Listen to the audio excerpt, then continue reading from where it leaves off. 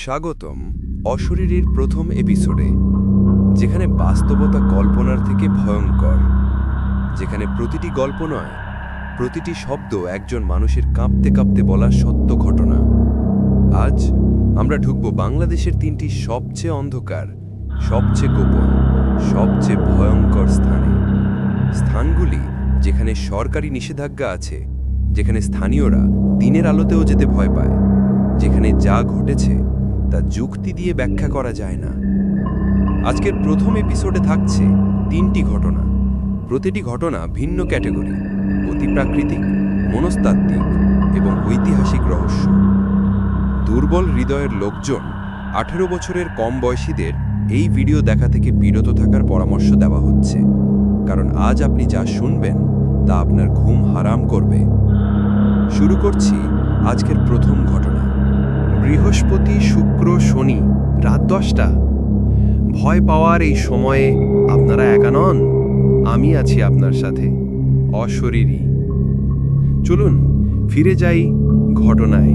ঘটনা 1, যশোরের লাল বাড়ি, 40 বছরের অভিশপ্ত ইতিহাস। প্রথম ঘটনা পাঠিয়েছেন যশোরের মনিরামপুরের রাসেল। ধন্যবাদ রাসেল, আপনার পরিবারের ওপর দিয়ে যাওয়া এই ভয়াবহ অভিজ্ঞতা শেয়ার করার জন্য। আমরা যশোর গিয়েছিলাম, কথা বলেছিলাম স্থানীয় বাসিন্দার সাথে, দেখা করেছিলাম ঘটনার শিকার 3 প্রজন্মের সাথে। আর হ্যাঁ, আমরা সেই বাড়ির ভিতরেও গিয়েছিলাম রাত 12:34। এই বাড়িটি তৈরি হয় 1982 সালে। বানিয়েছিলেন এক জমিদার, নুরুল ইসলাম। কিন্তু বাড়ি তৈরির সময় প্রথম রহস্য। শ্রমিকরা বলতো তারা প্রতি রাতে টুলস হারায়, মাপের ফিতায় ভুল পড়ে। একদিন এক শ্রমিক মারা যায়, দুর্ঘটনায় নয়, সে আত্মহত্যা করে এই বাড়ির বারান্দা থেকে লাফ দিয়ে। তার আত্মীয়রা বলেন সে মারা যাওয়ার আগে বলে গিয়েছিল, একটি মেয়ে আমাকে প্রতি রাতে জ্বালাতন করে, বলছে বাড়ি তার দাদির, আমরা তাড়িয়ে দিচ্ছি। বাড়ি তৈরি হবার পর প্রথম পরিবার আসে 1983 সালে। তারা থাকতে পারে মাত্র 4 মাস। 6 সদস্যের পরিবারের 4 জন মানসিক হাসপাতালে ভর্তি হয়। তারা সবাই একই কথা বলতো, আমরা বৃদ্ধা আর একটি মেয়েকে দেখি, মেয়েটি বলে আমার দিদি ক্ষুধার্ত। 1983 থেকে 2018 সাল পর্যন্ত এই বাড়িতে 11টি পরিবার আসে। প্রত্যেকে 6 মাসের বেশি থাকতে পারেনি। সবাই একই অভিযোগ, রাত 12:34 দরজা খোলে, খালি চোখে বৃদ্ধা ও মেয়ে দেখা যায়, আর বৃষ্টির রাতে মেয়েটির কান্না শোনা যায়। 2018 সালে রাসেলের চাচা আব্দুল করিম সাহেব বাড়িটি কেনেন। প্রথম মাস ভালোই কাটে। দ্বিতীয় মাসের 15 তারিখ ঘটে প্রথম ঘটনা। করিম সাহেবের ছোট মেয়ে 8 বছরের তানিয়া রাতে জেগে তার মাকে বলে, মা, আমার পড়ার টেবিলে এক দিদি বসে আছে, সে বলে তুই আমার জায়গায় শুচ্ছিস। পরের রাতে করিম সাহেব নিজে দেখেন, তিনি রাত 1টায় ঘুম থেকে উঠে বাথরুমে যান। ফিরে আসার সময় শোবার ঘরের দরজায় দাঁড়িয়ে দেখেন তার স্ত্রীর পাশে আরেকজন শুয়ে আছে, সাদা শাড়ি পরা এক বৃদ্ধা। করিম সাহেব ফ্রিজ হয়ে যান। বৃদ্ধা ধীরে ধীরে মাথা ঘুরিয়ে তাকায়, মুখে চোখ নেই, শুধু গভীর কালো গহ্বর। তিনি চিৎকার দিতে যাচ্ছিলেন, হঠাৎ সব মিলিয়ে যায়। তৃতীয় ঘটনা সবচেয়ে ভয়ঙ্কর। 2019 সালের 26শে মার্চ, স্বাধীনতা দিবসের রাত। করিম সাহেবের ছেলে সাকিব 16 বছরের পড়ছিল। হঠাৎ তার খাতায় লেখা শুরু হয় নিজে থেকেই। প্রথমে বাংলায়, আমি ক্ষুধার্ত, আমাকে খেতে দাও। তারপর ইংরেজিতে, I want to go home. তারপর আবার বাংলায়, তোমরা আমার ঘরে বসবাস করছো, আমি তোমাদের ঘরে যাব। সাকিব চিৎকার দেয়, পরিবার জড়ো হয়। তারা দেখে খাতার পাতাগুলো একে একে ভিজে যাচ্ছে রক্তের মতো লাল তরল দিয়ে। শুধু খাতা নয়, পুরো ঘরের দেওয়াল দিয়ে রক্ত ঝরতে শুরু করে। পরদিন করিম সাহেব স্থানীয় পীরের কাছে যান।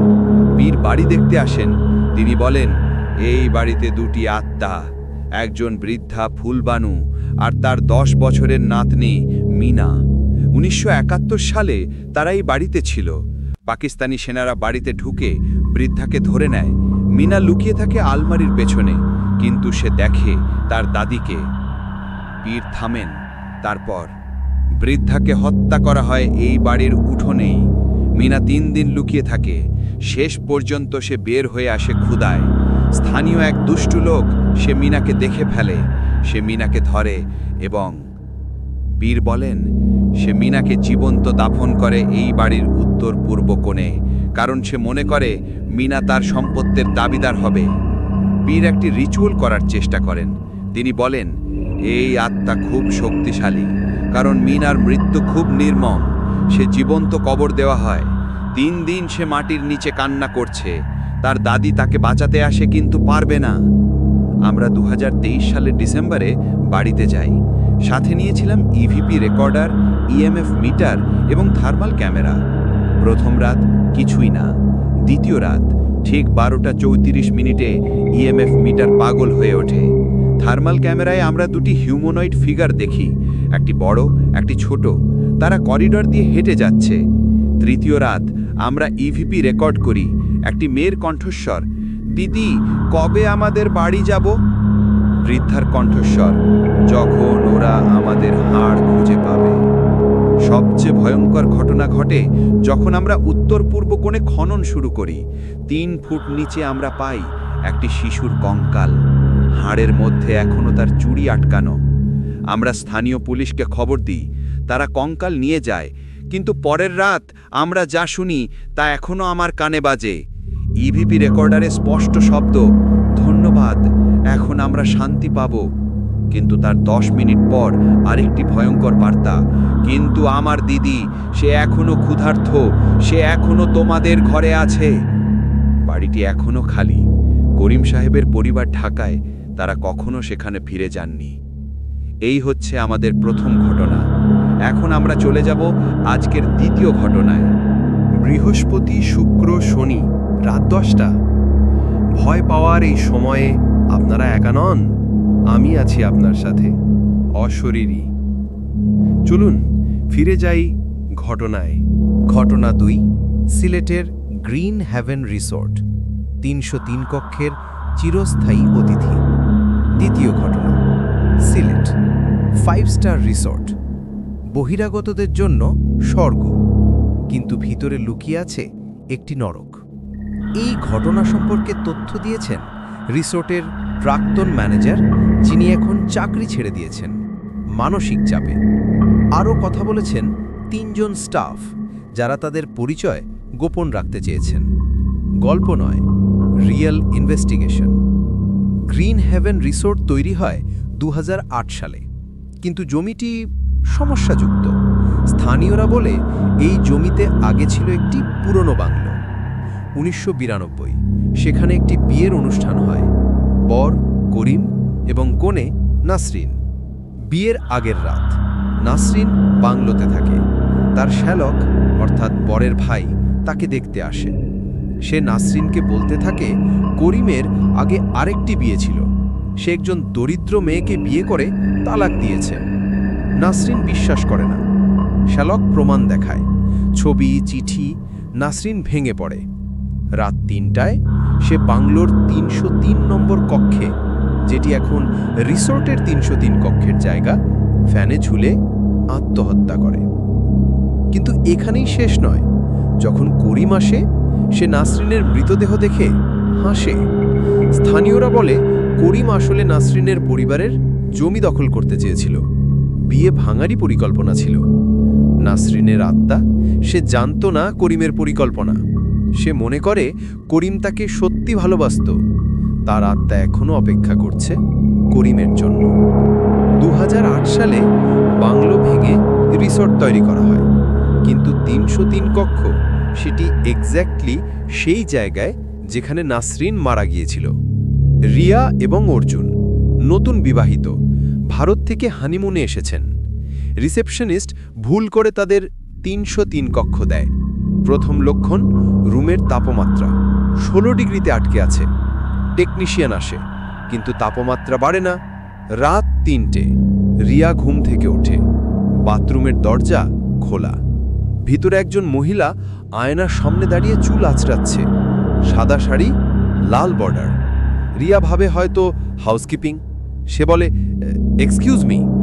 মহিলা থেমে যায়, ধীরে ধীরে মাথা ঘোরায়। মুখ নেই, শুধু কালো খালি জায়গা। আর আয়নায় আয়নায় তার কোনো প্রতিবিম্ব নেই। রিয়া চিৎকার দেয়। অর্জুন জেগে ওঠে। মহিলা তখনও দাঁড়িয়ে। অর্জুন স্প্রিং তুলে তাকায়, মহিলা সরে যায় না। তারা পালিয়ে রিসেপশনে আসে। ম্যানেজার তাদের অন্য রুম দেয়। কিন্তু পরের 3 দিন অদ্ভুত ঘটনা। 1, তাদের ফোনে আননোন কল আসে। উঠালে শোনা যায়, তুমি আমাকে ছেড়ে যেতে পারবে না। 2, তাদের লাগেজে লাল সিন্দুর অর্থাৎ সিঁদুর দেখা যায়। 3, একদিন রিয়া শাওয়ারের নিচে দাঁড়িয়ে হঠাৎ শাওয়ারের জল লাল হয়ে যায়, রক্তের মতো। তারা তাড়াতাড়ি চেক আউট করে। কিন্তু বাড়ি ফেরার পর সমস্যা শুরু হয়। অর্জুনের ফোনে ভয়েসমেল, একটি মেয়ের কান্না, বার্তা, তুমিও আমাকে প্রতারণা করবে। রিয়ার ইনস্টাগ্রামে অজানা অ্যাকাউন্ট থেকে মেসেজ, তুমি আমার স্বামী নিয়েছ, আমি তোমার স্বামী নেব। সবচেয়ে ভয়ঙ্কর, এক রাতে রিয়া জেগে দেখেন বিছানায় অর্জুনের পাশে সেই সাদা শাড়ি পরা মহিলা শুয়ে আছে। মহিলা রিয়ার দিকে তাকায় এবং হাসে। রিয়া এবং অর্জুন এখন বিবাহ বিচ্ছেদের প্রক্রিয়ায় আছেন। তারা বলে তাদের সম্পর্কে কেউ আবদ্ধ করেছেন।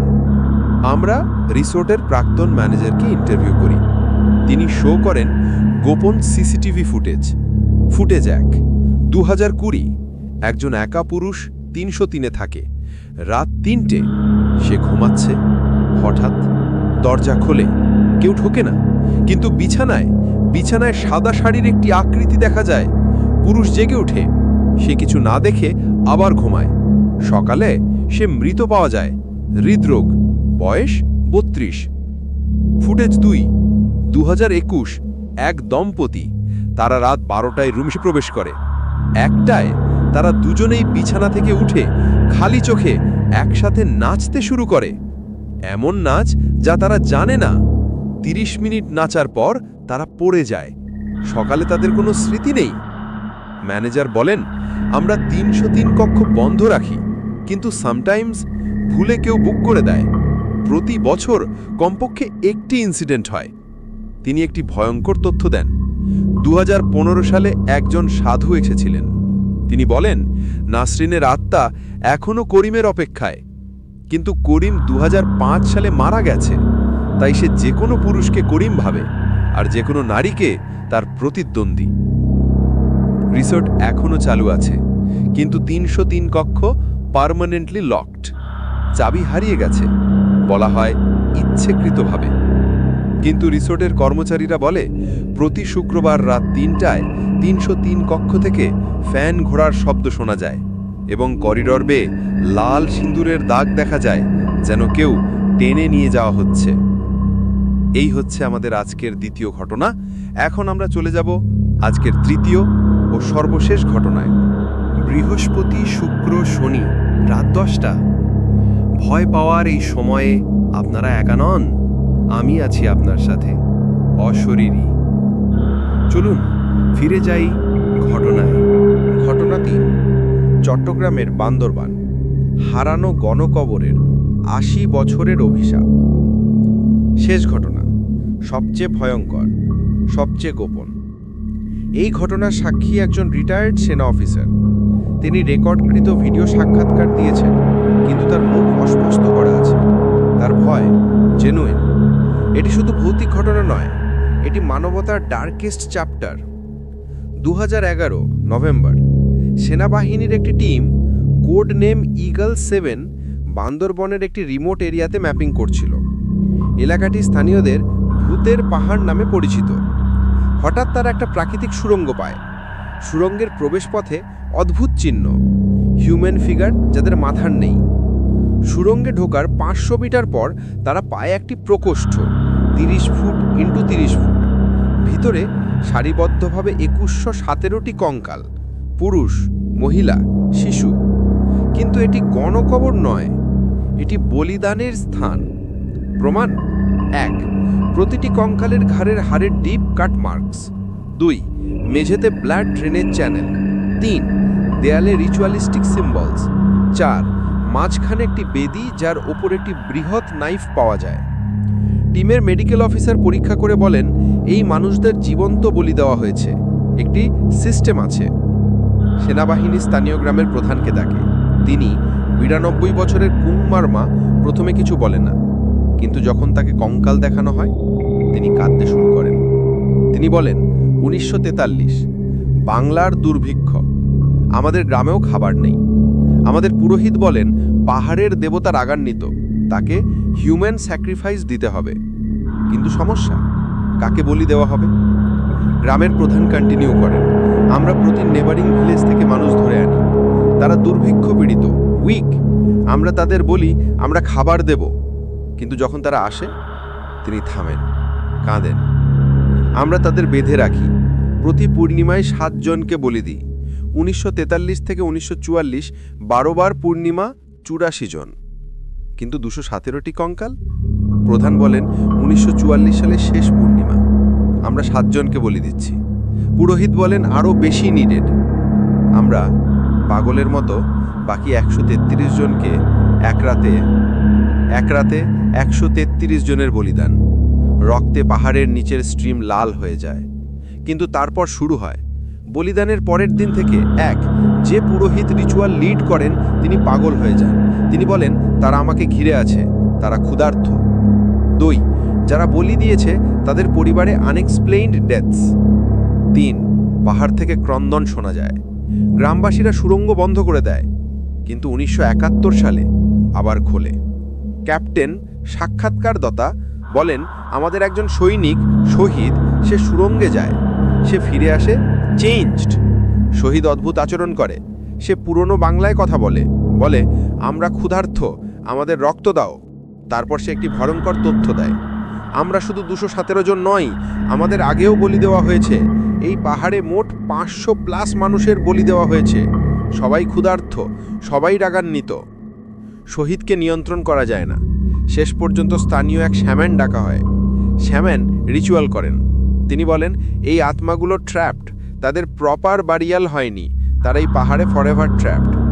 রিটায়ার্ড অফিসার বলেন আমরা সুড়ঙ্গ ডাইনামাইট দিয়ে বন্ধ করে দিই। অফিসিয়াল রিপোর্টে লিখি প্রাকৃতিক গুহা বিপজ্জনক। কিন্তু ২০২০ সালে একটা গ্রুপ অফ ইউটিউবার্স অজান্তে সেই এলাকায় যায়।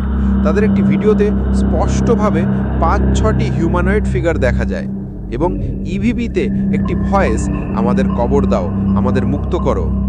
এই মুহূর্তেও পাহাড়ের নিচে ৫০০+ আত্মা ট্র্যাপড আছে। স্থানীয়রা বলে প্রতি পূর্ণিমায় পাহাড় থেকে কান্নার আওয়াজ আসে এবং কখনো কখনো পাহাড়ের স্লোপস দিয়ে লাল পানি বের হয় ৮০ বছর পরেও। এই ছিল বাংলাদেশের ৩টি গভীরতম ডার্কেস্ট ভৌতিক ঘটনা। এগুলো গল্প নয়, এগুলো সত্যি। এগুলো কল্পনা নয়, এগুলো বাস্তবতা। আমরা অশরীরী বিশ্বাস করি, মৃত্যুর পরেও কিছু থাকে, আত্মা থাকে, অভিশাপ থাকে। আপনার আশেপাশেও এমন ঘটনা থাকতে পারে। আপনিও আমাদের পাঠাতে পারেন আপনার অভিজ্ঞতা। এপিসোড শেষ হচ্ছে, কিন্তু ভয় কখনো শেষ হয় না। শুভরাত্রি এবং সতর্ক থাকবেন, কারণ আপনার পিছনে কে আছেন আপনি জানেন না।